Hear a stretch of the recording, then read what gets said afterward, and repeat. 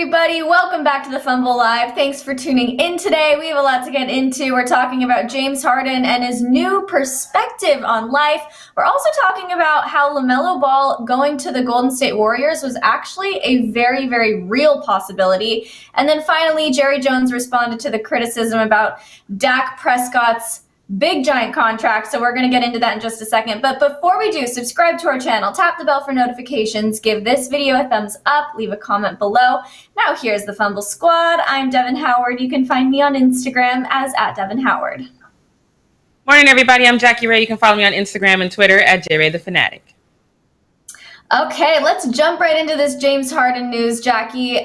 So James Harden, when he was in Houston, was never afraid to speak his mind, and he held a lot of influence over the decisions that were made there. That's something that we all kind of knew all along. They gave James a lot of power. But Mike Mazzeo from Forbes spoke to a source and said this, and I'm quoting, he said, "In Houston, James would complain about everything to the team CEO, Tad Brown. He's gotten high-level guys traded. The Rockets gave him too much control, but in Brooklyn, he's not making it about himself. He's been very humble and gracious, making plays for others, and he's done a phenomenal job keeping himself in check."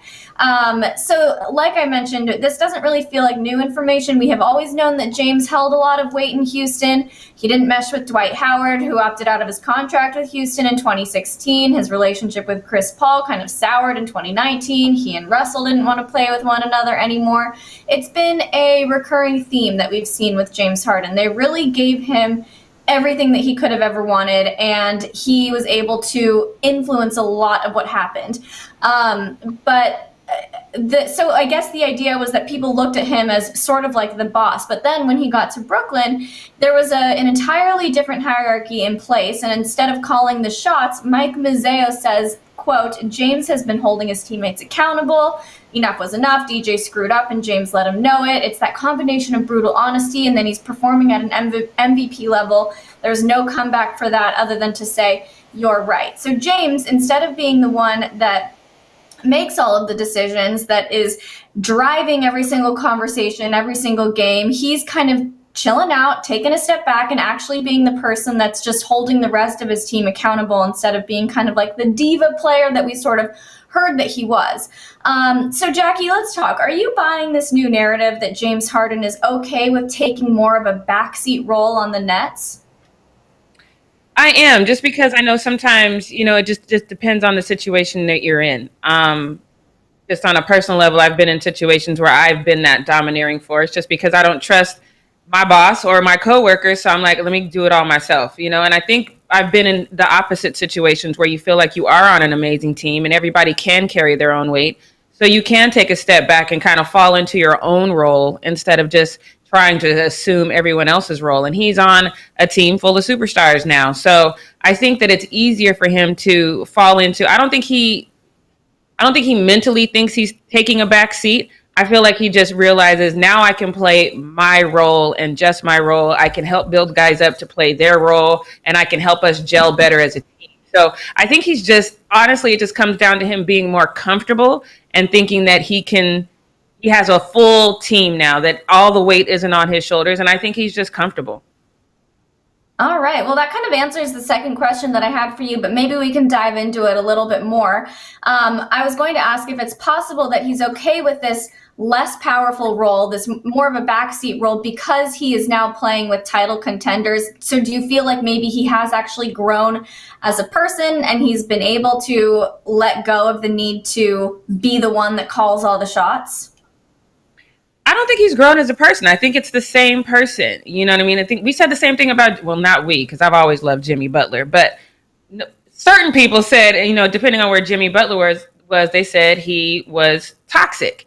And then we come to find out, no, Jimmy Butler's not toxic. He was just in an environment that did not work for him. And now we see how great of a teammate he is, how great of a basketball player he is. And now we can concentrate on that. I think James Harden really, really, really wanted things to work in Houston. I think if we had seen the chemistry and what's going on in Brooklyn and Houston, we wouldn't be having this conversation because he would have stayed. And I think in his heart, he said that on numerous occasions, his heart is still in Houston. I feel like he'll probably retire a Houston Rockets in some way, shape, or form, even if he does like a All right, I'm just going to come over for a day thing. I think that's going to happen for him. I think just now he's in a situation where he can be more of his authentic self. People act out when they're uncomfortable. I act out when I'm uncomfortable. I'm going to be honest about that. They act out when they're uncomfortable, and they have less of a filter. And I think James Harden is probably a little bit like me. He doesn't have much of a filter anyway. But when you're in a situation where you're A, uncomfortable, B, it all comes down to you. What's the point in a filter? Say what you're going to say, Now he's in a situation where he's just another great. He's not the great. He is another great. He's got KD. He has Kyrie. I don't know why everybody's so excited that our boy is over there now, because I love him. But Blake is not. Blake is not the Blake of old, so it doesn't make them this juggernaut for me. It's just he's kind of a cool addition. So congratulations, Blake. But it doesn't change the dynamic over there for me at all. But he's still in a situation where he can be his authentic self. So I think the James Harden we were seeing in Houston, because, we didn't start having this conversation immediately when James Harden got to Houston. It wasn't an immediate conversation. But from the day he got to Houston, he was the leading scorer on that team. So when you fast forward, and now not only he's the leading scorer, he's leading in assists, but he doesn't play defense. And now it's a situation, So I think who we saw James Harden be was just a manifestation of him being frustrated in a situation. But I think he now gets to be his authentic self. Yeah, I think I agree with you, Jackie. I think that it seems like he realizes that he has the support that he needs on the lineup, and he doesn't have to be the one to do it all. I think it's too bad that he wasn't able to.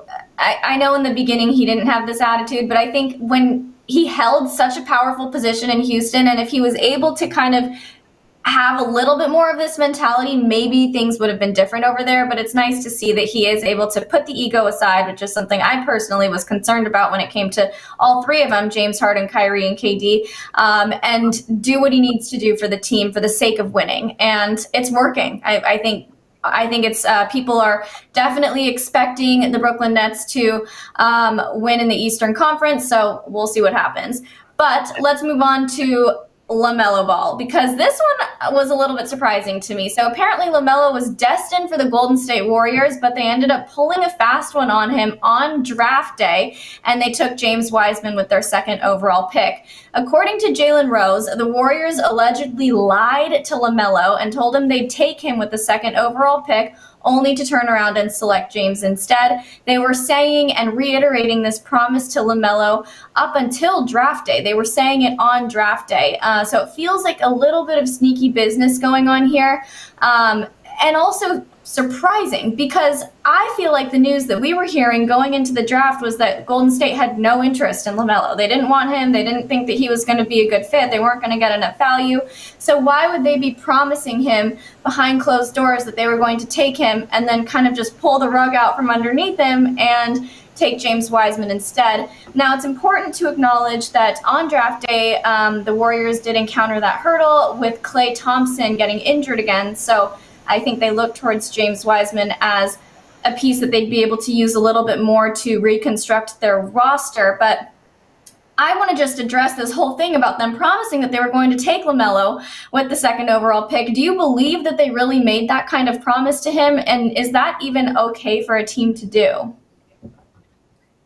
I said from day one, and I know a lot of people disagreed with me, but I said the only reason that you take LaMelo is if you are preparing for a life after Steph, because they play the same position. We know that they can't start at the same time, if you're going to let people start at their actual positions, and LaMelo is a starter. So I said that was the only reason. If you're trying to get him ready to be your next go-to guy, that's the only reason you take LaMelo, in my opinion. So I can't see them doing that. I can't see them making promises to LaMelo when they knew for a fact that they needed a big. That was a must-have.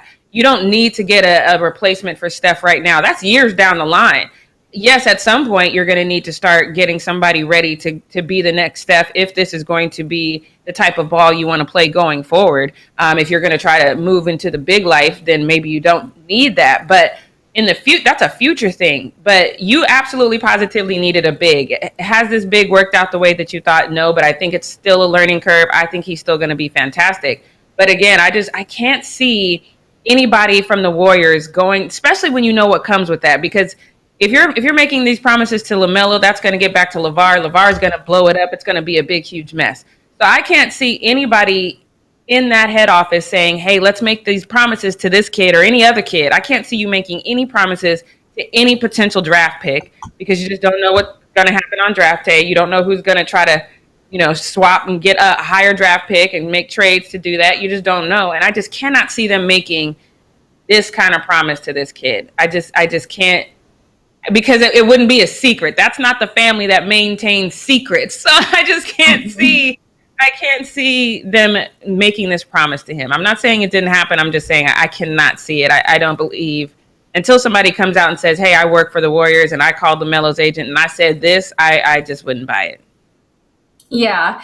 And also, I think I want to remind everybody that LeVar Ball going into the draft was really talking a lot of trash about LaMelo going to the Warriors. He did not want to see that happen. So it's just interesting to know that perhaps these conversations were going on behind the scenes, and I'm sure LeVar knew about them. And then LeVar's just out there like talking smack about the Warriors. Like, I don't want him going there. He's not going to do anything. Let's also talk about how LaMelo's rookie season could have been different had this actually gone through. With the Hornets, he's been really able to shine and come into his own. And we are seeing him have this amazing rookie season. Would he have even been able to have even a remotely similar experience on the Golden State Warriors? What do you think?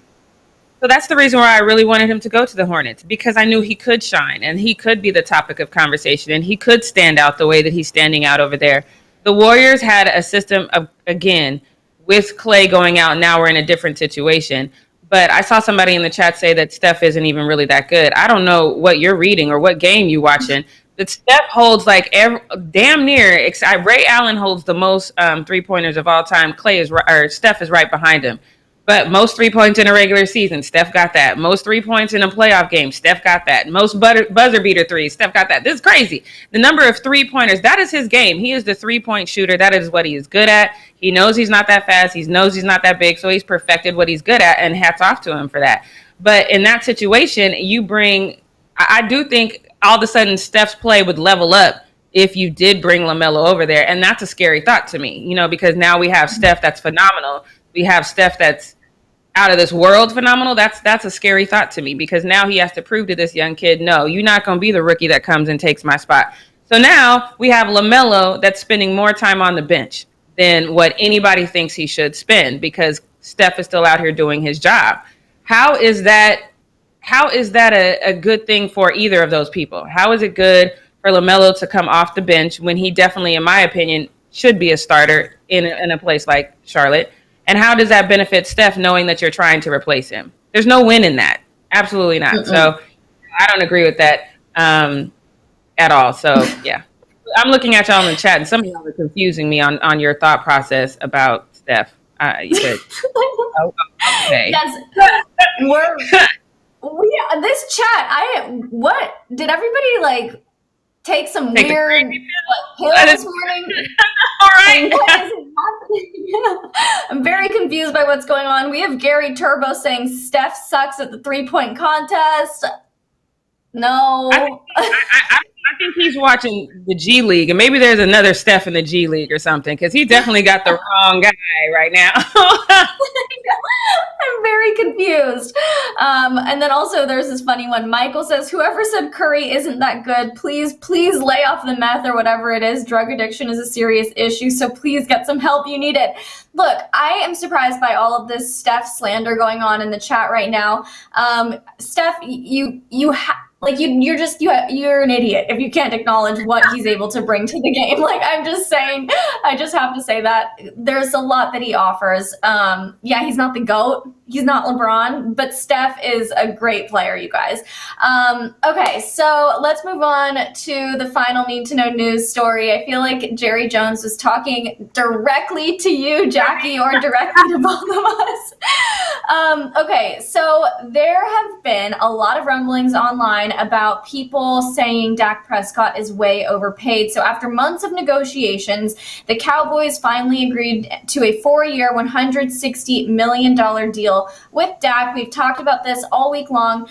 He now has the highest signing bonus out of any, I think it was any quarter, or what was it, Jackie? I can't remember that. Highest NFL signing bonus in history. So congratulations. Crazy. But, yeah. Like, you're getting your money, but wow, it's really wild. So when asked if Dallas did overpay for Dak at a press conference on Wednesday, Jerry Jones didn't really appear to be that worried about it. He said, if anyone has ever taken advantage of me financially, I'm proud it's the one next to me. The truth is, most anything that I've ever been involved in that ended up being special, I overpaid for every time to the end. Anytime I've tried to get a bargain, I got just that. It was a bargain in a lot of ways and not up to standard. Now, I understand overpaying on a pair of designer shoes or a nice dinner out where the food is only okay, but the ambiance is wonderful.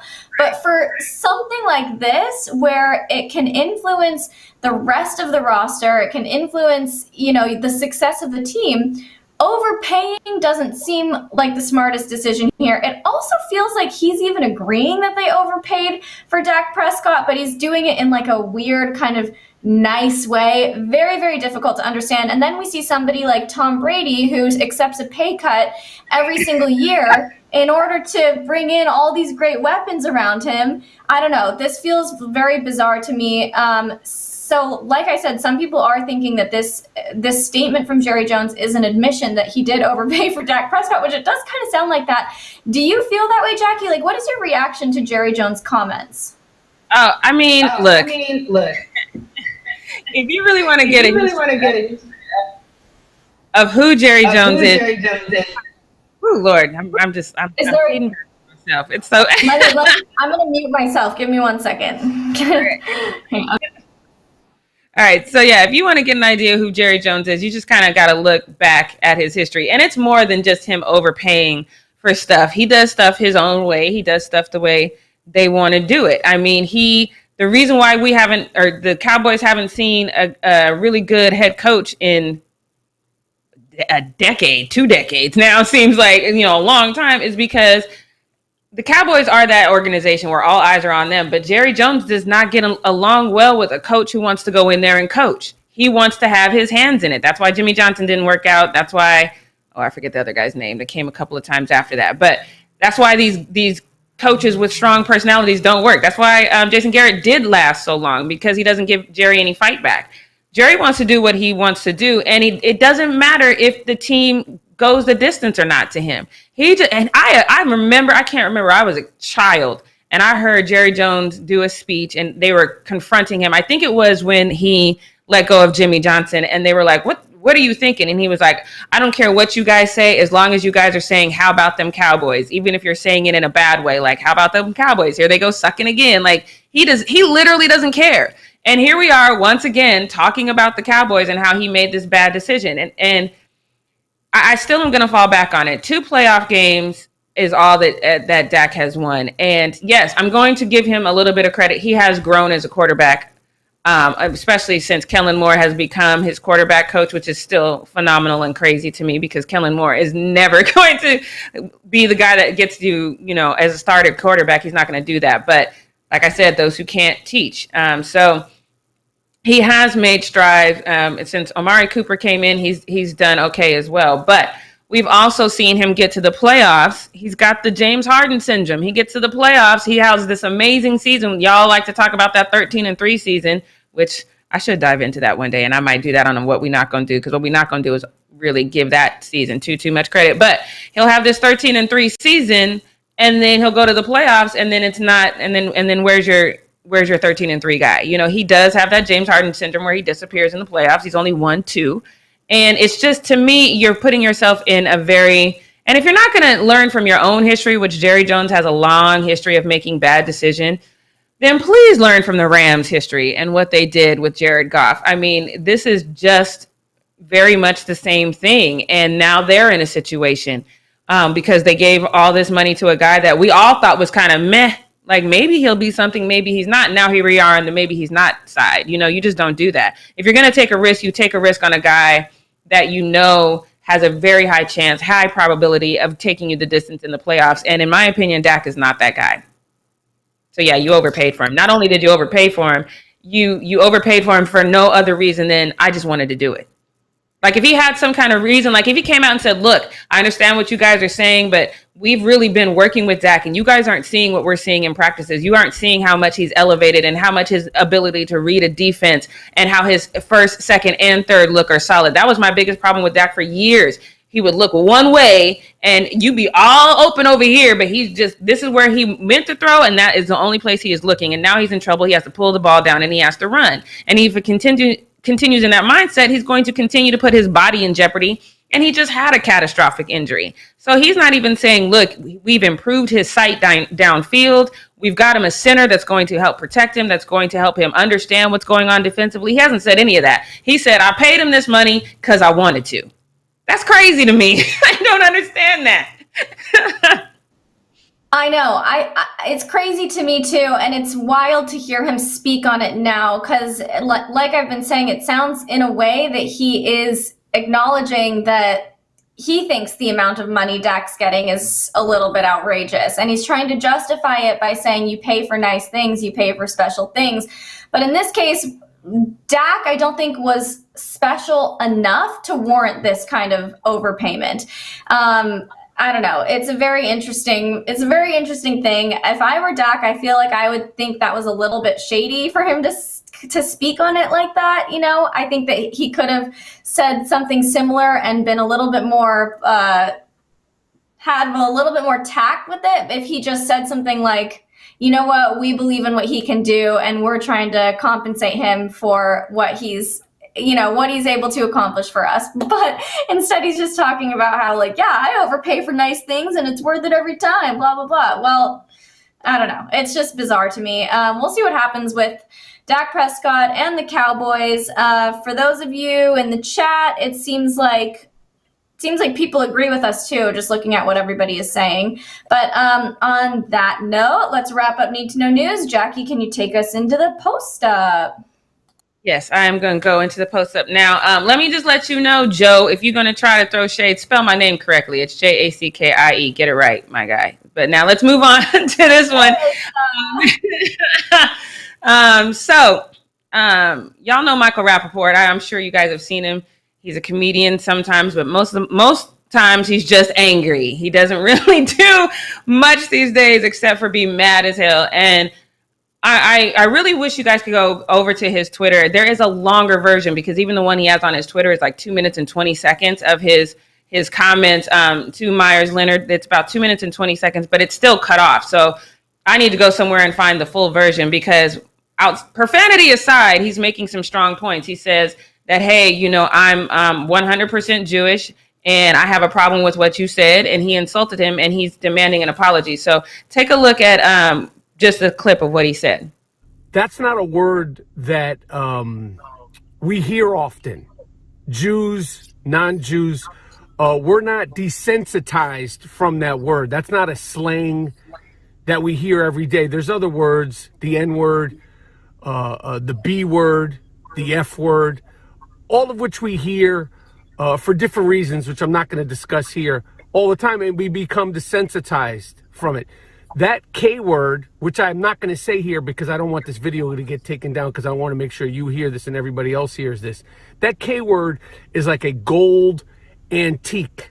That's on the top of the antique cabinet, okay? And it gets taken down and used. And when it gets taken down and used, it stabs you in the heart. It's like an infected needle stabbing you in the heart. I want an apology on video. Okay, fuck your written explanation. Okay, I want an apology on video, motherfucker. Okay, explaining yourself the same way you explained yourself about standing for the national anthem, which I think was very heartfelt and made sense to me. I remember talking about it on my podcast. I also want Mickey Aaron. So, like I said, this is a much, much longer thing, but he said some good points. And because, like we talked about yesterday, that was not a word I immediately knew. I had to look it up to see what it meant. So that leads me back to my original point. This is not a word you use if you have not heard it before, A, and B, if you don't know what it means. So I agree with Michael Rappaport on this one. You need to really explain yourself. So Devin, what do you think? Do you think that, because his written apology was trash. It was like, I feel like now athletes just have this standard apology in some PDF format that they just copy and paste it and put it out on Twitter. This is not who I am. Da, da, da, da, da. There was no real sincerity of why he said the word. So do you agree with Michael Rappaport? Is this something that he definitely had to have in his arsenal, and does he need to explain himself? I do think that an explanation would be nice. I think that getting on video and talking about it and explaining like where he heard the word and why he lacked the like intelligence to look into it before broadcasting it on a Twitch live stream would probably be a smart thing. I've thought a lot about this. I don't know, Michael Rappaport, I understand where he's coming from, and I actually do appreciate and support the message that he's trying to send. But I also just feel like, I don't know, the more that I talk about this and the more that I talk to people who were completely unfamiliar with that, the meaning of that word and the history behind it, for people who have literally never met a Jewish person in their life, it makes me feel just a little bit more, I guess, not softened, because I think it's still super wrong, but I'm trying to be a little bit more understanding. And I think that it's a terrible word, and I think that what he said was completely awful and out of line. And again, like I said yesterday, it was stupid and ignorant, but I just like wonder, is it possible that he really just was like as dumb as it seems like he was, you know? But I do think a video apology, a video explanation, maybe an interview with, you know, somebody would be a smart way to handle things, just so that we are not left with the written explanation and then nothing else. So yes, I do think it would be good to get on video and say something. Yeah, this whole thing is weird to me. I see somebody in the chat say, you know what, let's just forgive him and move on. Forgiveness is a tricky thing. Because you can forgive somebody. Forgiveness is for you. Forgiveness is so you don't walk around holding this in your heart and it creates some sort of health issue or mental issue for you. Forgiveness is totally for you, but you can't forget stuff like this because, again, people don't come out of this just out of nowhere with this. This is a thing. And so you can forgive it, but you can never forget it. And you have to kind of change how you look at a person when something like this happens, in my opinion. But let's go to this next one, because I actually really love this next one, because I think it speaks volumes about who Kyle Lowry is. Because to me, I just can't think about the Raptors without thinking about Kyle Lowry. He's been with them for so long that I swear to God, I forgot that he was drafted to the Grizzlies until I was like, oh, where would he go? Oh, well, yeah, he has been somewhere else. But yeah, he was with the Grizzlies. He was with the Rockets for a little while, but that is his home. That is his heart. I think that's where a lot of us got to really know him as a player. I don't think any of us really thought about him too much when he was with the Grizzlies, a little bit when he was with the Rockets, but he got all 6 of his All-Star appearances while he's been with the Raptors. So obviously these whole trade rumors are affecting him, but he still knows who he wants to retire from. And I think it's a beautiful thing. So take a look. I would say this: I will retire as a Toronto Raptor. You know, that if I'm here, I will retire as a Toronto Raptor. You know, that's a 1-day contract. Hey, whatever happens. What I would like to see is, you know, finish the season out as strong as possible. Whatever happens. You know, at the end of the day, myself, you know, my agent, you know, the organization, everyone has to do what's best for them, right? Everyone has to do what's best for them in the best situation. Who knows what that is, right? Who knows what that's going to be? Who knows what that time's going to tell? I love that. I think that's just a beautiful thing. And that's just his way of kind of saying, look, it's a business. I understand what's going on. It sucks because this is definitely where I want to be. But business aside, I love this franchise. I love this city, and I'm going to come back and I retire here. I think that's so commendable, and it just speaks volumes of who he is. And to be honest, I think it's made his stock go up a lot because I think people can see who he is as a person, and I think it's beautiful. But let's go on to this next one, because I think Steph either reads a lot or he watches the Fumble, or both, because we talked about this all the time. We were like, they're not even going to know what position they're supposed to play between KD, Kyrie, and James Harden. They're not going to know what they're supposed to do. And Steph reminded them, because they must have forgot during the All-Star game. I don't know how I missed this, but this is fantastic. Take a look. One though. You the point guard. You the shooting guard. Y'all talked about this. You the shooting guard. Y'all talked about this. Sharpe. I love that. He was like, why do y'all keep switching? Y'all talked about this. That's so good. I love that.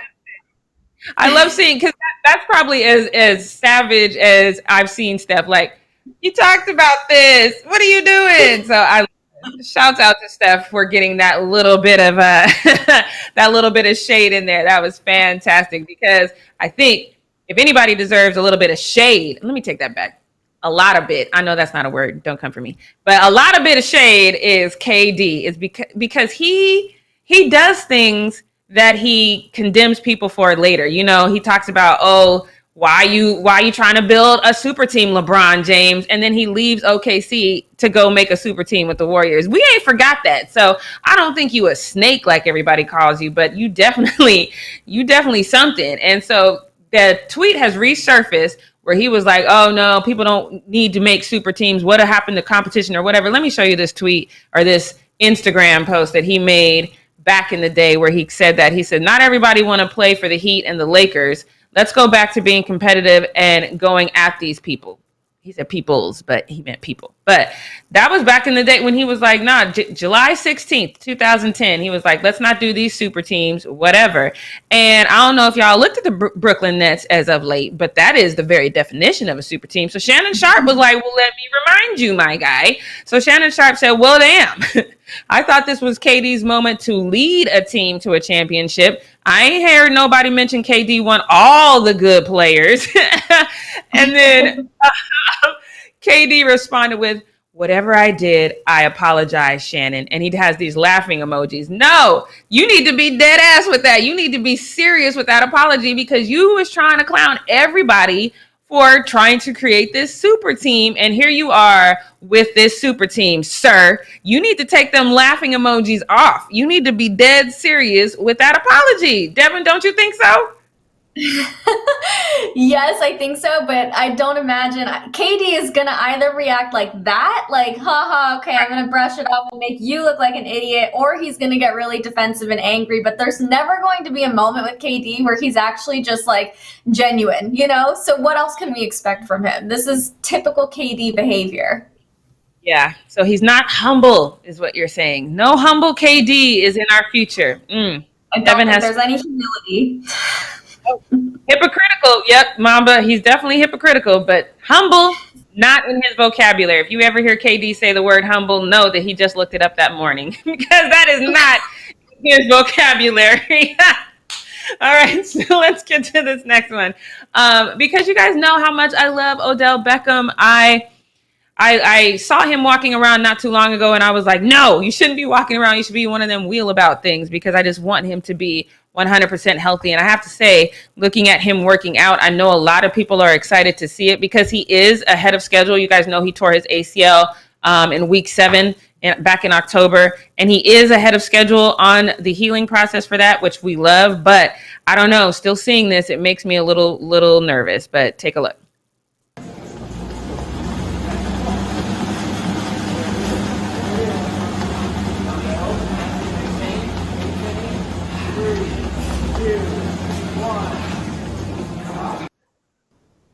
Oh my God.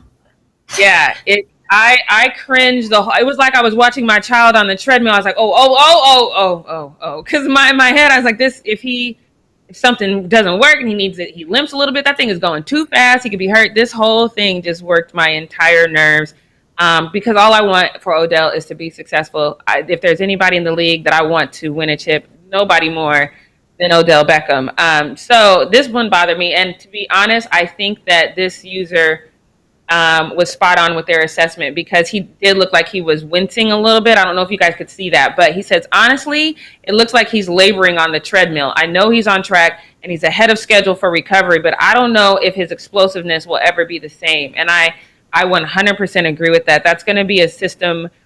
I don't even think he's going to end up in Cleveland, which, praise the Lord, hallelujah, won't he do it? But I do think wherever he goes, number one, he should start. Number two, you have to make sure you got to just monitor this injury. You got to make sure he's getting plenty of reps, and you've got to just stay on top of it, because we've seen this so many times. Guys come back from this injury and then they baby that side so much that they injure the other side. So I want nothing better than for Odell to succeed, but this made me nervous. I'm not going to lie. It made me completely nervous, but. Wait, Jack, I have a question for you. Yes. Really quick. So now that we do see that Odell is like working on becoming healthy, perhaps pushing himself too far, we did talk, or at least I talked about in a video from I think last week, Tom Brady is interested in trying to start a super team with Odell. What do you think about that happening? Do you think that Odell's going to be able to maintain his same physical health in order to make that happen? Would he want to make that happen? Where do you stand on all of that? Look, Tom Brady can make magic. He's made players that are not that good look phenomenal. And Odell is really that good. And I think even coming back from an injury, he's still better than a lot of guys. And so as long as his mind is right, and look what we've seen Tom Brady do. He took, Antonio Brown into his home, made him a viable person. We didn't hear no problems out of Antonio once he got into Tom Brady's home. So, and we've all heard about Tom Brady's work ethic. So like him or not, he's very good for his fellow players. And I think that Odell could definitely not only benefit from having that kind of energy, that championship energy around him. I think he's going to learn a lot. Like, again, whatever you think about Tom Brady, you'll learn a lot from the man. He's got tons and tons of experience. So, Lord, please let this happen. Let Tom Brady and Odell play together. Can I just get, if I'm not going to get my Steph and LeBron and Giannis dream, can I just get my Tom Brady, Odell Beckham dream? Thank you, Lord. Why don't you do it? All right. That's my prayer. My prayer as well. Although I'm not writing off the LeBron and Steph dream quite yet. I think it could potentially happen at some point. But yes, I agree with you. I think Odell and Tom Brady together would be unstoppable and just absolutely phenomenal. But in order for that to happen, we need to see Odell taking time to actually heal from his injury, not pushing himself too far. And that video that you just showed us, just watching that made me tired. I was like exhausted after that. Right.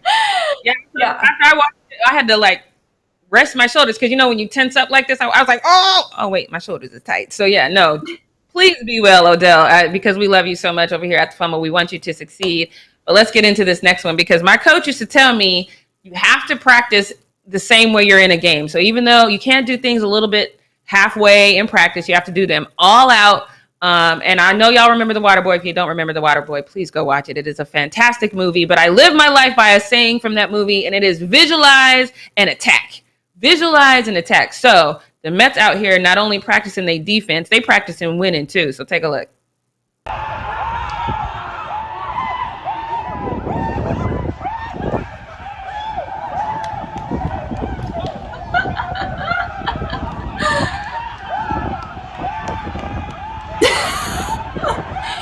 Goes on for so long. I know. I mean, when I first watched this, I was like, the hell? But then I thought about it. I was like, no, you practice winning. Okay. It was a little long, but I mean, I'm with it. You know what I love right now? The headline here is sad LOL. I just think that's so funny. Shout out to our producer. What? Yeah, it really is, because what if this is the only time they get to cheer like that? Oh, wah wah. But hey, I think I mentioned this before on our live show. I am a huge fan of like you said, visualizing and manifesting, and you're supposed to act as if something is already happening. So they're doing it. Law of attraction. We're going to have to see if it works. If they really believe it, if they keep doing it, then who knows? Maybe they will win the World Series. We'll see. But I guess watching it from afar, it is a little sad LOL. So right. But for right now, they had it down. They had their cheer down, so I am with it.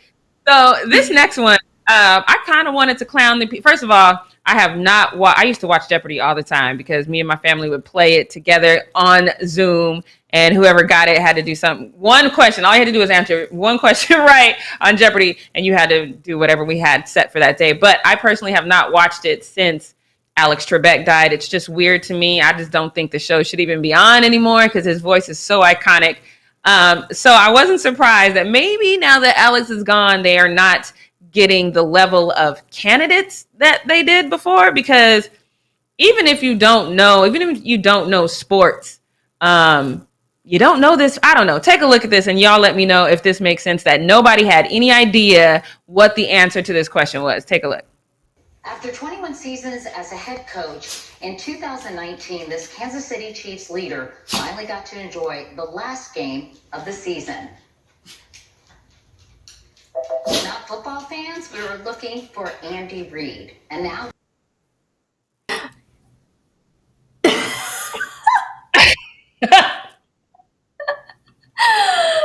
Oh, God. The reason they don't know about sports is because it's all nerds. They're all nerds out there. And I thought about that and I was like, okay, but these nerds are supposed to know everything. And because the thing about Jeopardy, though, is even if you do, and did you see the category? Like all the other sports questions was answered. This was the last one. So y'all know all them other sports questions, but you don't know who Andy Reid is? I don't know. This bothered me. I mean, because even if you didn't know from the word she said, which you should have known, like, but the face, that face, and I don't know. I don't know. This maybe it's just me, but it bothered me. So, you know, I mean, I get it to a certain extent. I talk crap about Greg Abbott all the time. He's the governor of Texas. And I posted something on my Instagram yesterday and I was like, who is this person? And I Googled and I'm like, oh, that's the guy I talk bad about all the time. Okay. I didn't know his face. So it's possible, I guess. Oh my God. We know who you are around here, though, Andy Reid. Don't you let the nerds bother you. We know who you are. So you okay. Okay. All right. That's all I got for the post. But I want to dive right onto what we're not going to do, because this one is going to kind of circle back to what we've been talking about all week with Meyers Leonard. And I think this is a very good... It gave me a new perspective in the situation. Again, I'm not the most forgiving person in the world because I don't think people really change at their core. I think they modify their behavior, but that behavior is still lingering somewhere just below the surface. So Julian Edelman, if you guys don't know him, his name is Julian Francis Edelman. I don't know why I love Francis as a middle name, but I just do. He is one of the best receivers. We guys know that. I can't say enough about him. I actually really, really like Julian Edelman. I think a lot of us do. We know he signed that 2-year extension with the Patriots in 2019. And he's got a couple records. And if you guys don't know, he is the first Jewish NFL player to be named as Super Bowl MVP. So he has a lot of accolades. He's written a children's book. He has a clothing line. He is just that man. So that Jewish Super Bowl MVP, and that's the first time in history that happened when he won it. I think that obviously gives him enough headway for us to speak about this. I know we talked about this yesterday. Sometimes we forget who's Jewish and who's not because it's not something that you can tell on the surface a lot of times. So it's one of those things where you just kind of have to ask. You do have to get to know your fellow man a little bit and ask some questions, which I think is perfectly fine. But I was just, I'm not really cancel culture as much as I am cancel a person. So I was very much okay with us going ahead and just saying, all right, Meyers Leonard, your time in the NBA is up, because I still in my heart do not believe that this is not a word that you didn't know what it meant. Because as you guys have said in the chat, a lot of us had to look it up because we just didn't know what it meant because we haven't heard it that much before. Michael Rapaport said something similar. So this approach is definitely different. This is not an approach that I would have taken. I just want to say that right now, because I just don't think it, and I don't think as Black people, this is an approach that we should take, because I think it's not the same. But this is a very highbrow. This is one of those things Michelle Obama said, when they go low, we go high. He definitely went high in this situation. And I kind of have to give him some accolades for it, because when I sent this to my producer last night, I was mad. I was like, so what's he going to do? What is the plan here? But I think Devin said it best yesterday when she said that, she doesn't think that he hates Jews in his heart. And I think sometimes racism in this country, we see it as overt, especially when it comes to, Black and brown people. It is very overt. And that's the kind of racism that we're so used to, that maybe we give some things a pass. Maybe it's just not that common. So we just don't really know how to react to it. So I think that's where we are now. We just don't know how to react to this whole thing with Meyers Leonard. But Julian Edelman took some time. He went on to his Twitter and he posted this very long letter that I'm going to read the whole thing because I thought it was very spot on in what he said. He says, it's an open letter to Meyers Leonard. He says, so we've never met. I hope we can one day soon. I'm sure you've been getting lots of criticism for what you said. Not trying to add to that. I just want to offer some perspective. I get the sense that you didn't use that word out of hate, more out of ignorance. Most likely you weren't trying to hurt anyone or even profile Jews in your comment. That's what makes it so destructive. When someone intends to be hateful, it's usually met with great resistance. Casual ignorance is harder to combat and has a greater reach, especially when you command great influence. Hate is like a virus. Even accidentally, it can rapidly spread. I'm down in Miami fairly often. Let's do a Shabbat dinner with some friends and I'll show you a fun time. And he signed it Julian Edelman. That is amazing to me. Again, I was very, very... I felt some kind of way at first when I first read that because I was like, this is ridiculous. I was very much team Mickey with the owner from the Miami Heat and letting him just absolutely go about his way. Like you will never, ever play, in the NBA again, because I'm not about that life. I don't care what hip hop has taught you. I don't care if you listen to the Baby, Lil Wayne, whatever. If you hear a song and that N-word is in it and you around me, you better skip it. You better skip it, because if you don't, it's going to be problems and misunderstandings if you are not of African descent.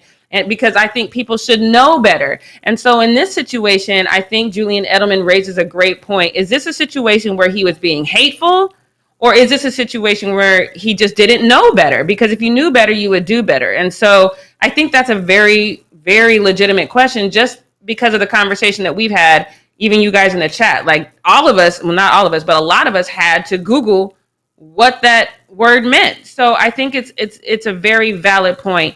And I commend Julian Edelman for this. And I don't like, a lot of people was giving him so much grief in that tweet. They were giving him so much grief saying, oh, when a white guy's racist, let's invite him to dinner and let's see if we can change his mind. But y'all forget, because Julian Edelman did this exact same thing with Deshaun Jackson. He took him to, I believe, the Holocaust Museum, and then they also went to the African American Museum together. So Julian Edelman is coming from a place where he believes that racism really does start with ignorance. And if that's what his heart is telling him, if that's how his heart is speaking to him, and he really feels like he can help curtail some of that racism by going to people and trying to help them, I definitely applaud him for that. And so what we're not going to do is come down on Julian Edelman for leading with love. I think that's a beautiful thing. I don't think it's for everybody. I'm not saying everybody need to go out there and say, invite somebody who says hateful things to dinner, because I'm not going to do it. But I do think it's a beautiful thing that he did it. And ultimately, the league did walk it back as well. I just want to show you this statement from the Miami Heat. They said Meyers' Leonard comment was inexcusable and hurtful, and such an offensive term has no place in the NBA or in our society. Yesterday, he spoke to representatives of the Anti-Defamation League to better understand the impact of his words, and we accept that he is genuinely remorseful. We have further communicated to Meyers that derogatory comments like this will not be tolerated, and that he will be expected to uphold the core values of our league: equality, tolerance, inclusion, and respect at all times moving forward. So they walked it back. So yesterday we thought that they were done with him forever, but they walked it back. So then they also have given him the same fine they gave Trez. Now I know this is probably going to be a point of contention for a lot of you. What Trez said to Luka is not remotely the same to me as what Meyers Leonard said. It's not even on the same level. It's that word is like our boy just said, Michael's just said, it's a word that you have to kind of know, because it's so deeply ingrained in hate and so deeply ingrained in such a terrible time for this community that you kind of have to know it to say it. And if you don't, how else would you come to get this? So I'm not saying that these two moments in time are remotely the same, because they're not, but I respect the league for being consistent. So the same punishment that they gave Trez, they gave Meyers Leonard. So I think I have one more tweet. They gave him a 1-week suspension and a $50,000 fine. That's the exact same thing that they gave to Trez. So whether I think that these two moments in times are the same or not doesn't really matter. You have to be consistent, and I respect the league for being consistent. And says Heat and Meyers Leonard have fined him $50,000 and suspend him from all Heat facilities and team activities for 1 week for the anti-Semitic comments. So I applaud everyone in this situation. And what I'm not going to do is I'm not going to tell anyone, especially if you're a member of that community where that that hate or that word was driven. I'm not going to tell anyone that is a member of that community how to deal with that. If you want to lead with love, then lead with love. I saw some of you say in the chat that you didn't even know Julian Edelman was Jewish. And I think that's the point. I think that we are so used to this blatant, overt, oh, this is a white person that's being racist towards a black person, that we don't even know how it looks when it's different. And so I commend Julian Edelman for this. I'm very, very proud of him for this. What we're not going to do is tell people that are members of that community how to deal with this situation. If they want to lead with love, I'm all for it. Devin, I want to go to you. How do you feel about how Julian Edelman is dealing with this? I read Julian Edelman's statement yesterday, and it gave me chills because he said what I was trying to say in the live show in such a nicely packaged way. I think that he was able to really put it together and just articulate it very, very well. And I think that the biggest difference here between what Meyers Leonard did and what a white person using the N-word and, in that kind of situation, I think that the difference is that it's just like, it's less common, and people know less about anti-Semitic slurs. But I also think exactly like what you said, because Jewish people don't always wear their culture on their face or on their, it's like nobody would know that I'm Jewish. Literally, nobody would ever guess that I am a Jewish person. Of course, you can wear a yarmulke, you can wear the the Orthodox Jewish garb, and then it becomes pretty clear what you are. But for somebody like me or for someone like Julian, you don't necessarily know that we're Jewish. So it's easy to kind of gloss over anti-Semitic comments, anti-Semitic stereotypes, anti-Semitic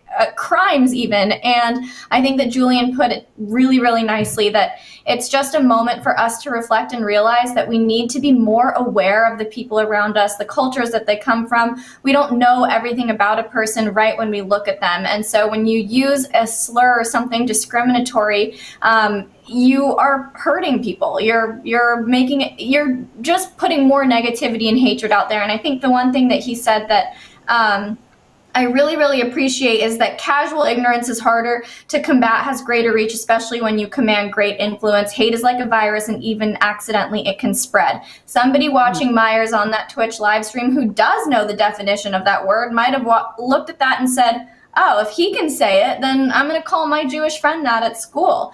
And so you just have to be careful. Words have such an impact. And we've talked about this on the live show before. It's impact over intention. And the impact of using something like that is really, really bad. I think that what Julian Edelman said about inviting him to Shabbat dinner is a great way to get somebody. Shabbat dinners are so fun. If you ever have a chance to go to one, everybody should absolutely go. They're the best. I love Shabbat dinners. And it's just a great way to kind of familiarize yourself with a culture and experience that you wouldn't normally know. Jewish people are very welcoming people, and there's a very strong sense of community, and I love that about it. So I think that this is a great response. I applaud him 1000% for responding in this way. And I just think that Julian Edelman handles these instances of anti-Semitism so well, with such class and such grace, and I love it. I think it's great. But yeah, that's all I've got to say on that.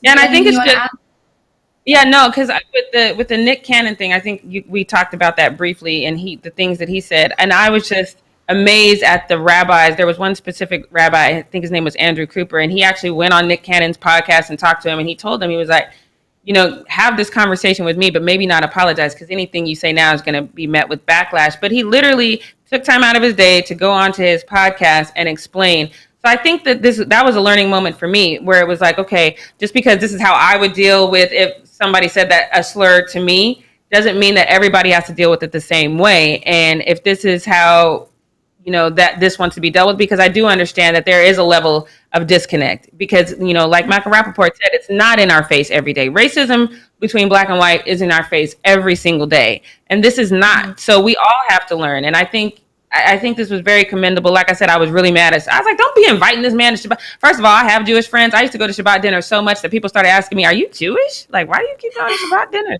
Like, are you dating a Jewish man? I'm like, not yet. But, so I used to love. Right. Yeah. If one of y'all walk in here single and want to have me over all the time, maybe. But yeah, Shabbat dinners are amazing. So shouts out to my Jewish friends once y'all, because they're very, doing their Corona thing. They are not doing it. When Shabbat dinner starts back up, they'll make sure you call me because I'm ready to come back. But yeah, it's just a different thing. And I definitely appreciate him for even opening my mind to the possibility of saying, hey, maybe we can just educate this person instead of just canceling him, though. But I do want to ask one more question, though. Him coming back into that locker room, if you are on that team and he said this, is it tense when he comes back in? Are there any Jewish players on the Miami Heat? I don't think that non-Jews would feel any tension. Yeah, okay. So I don't actually think so. I think that we've all done and said things that we would regret or we wouldn't want coming to light later on. Maybe it's like talking bad about a friend or, saying something that was really in poor taste or offensive. I think that everybody has something that they've said in the past. Nobody is perfect. And I feel like they probably will just be like, hey, man, welcome back. Maybe there's going to be a slight bit of awkwardness, but I don't think that it's going to be tension. I don't know. I don't know. I don't feel that way. I think that they'd be able to kind of like look past it and move on, especially because the response that we're seeing from people like Julian Edelman is a little bit more like accepting as opposed to this flat out canceling. And I don't like cancel culture. Sometimes maybe somebody does need to be canceled, but I think that we all have room to grow as people. And in this case, Meyers Leonard, I think, recognized his ignorance. And I do believe that he's going to do better in the future. So yeah, that's my thoughts on that. You guys? So hopefully he'll score better. More than 3 points a game, my guy, because yeah, 3.3 points per game. I think we can up those numbers a little bit. Do it for the Jews. Come on. All right, you guys. Well, let's wrap up the show for the day. Thanks so much for tuning in. We're going to be back at 9 a.m. Pacific Standard Time tomorrow, 12 p.m. Eastern Time. Subscribe, tap the bell, leave a comment below, share this video with your friends, and we will see you guys later. Bye, everybody.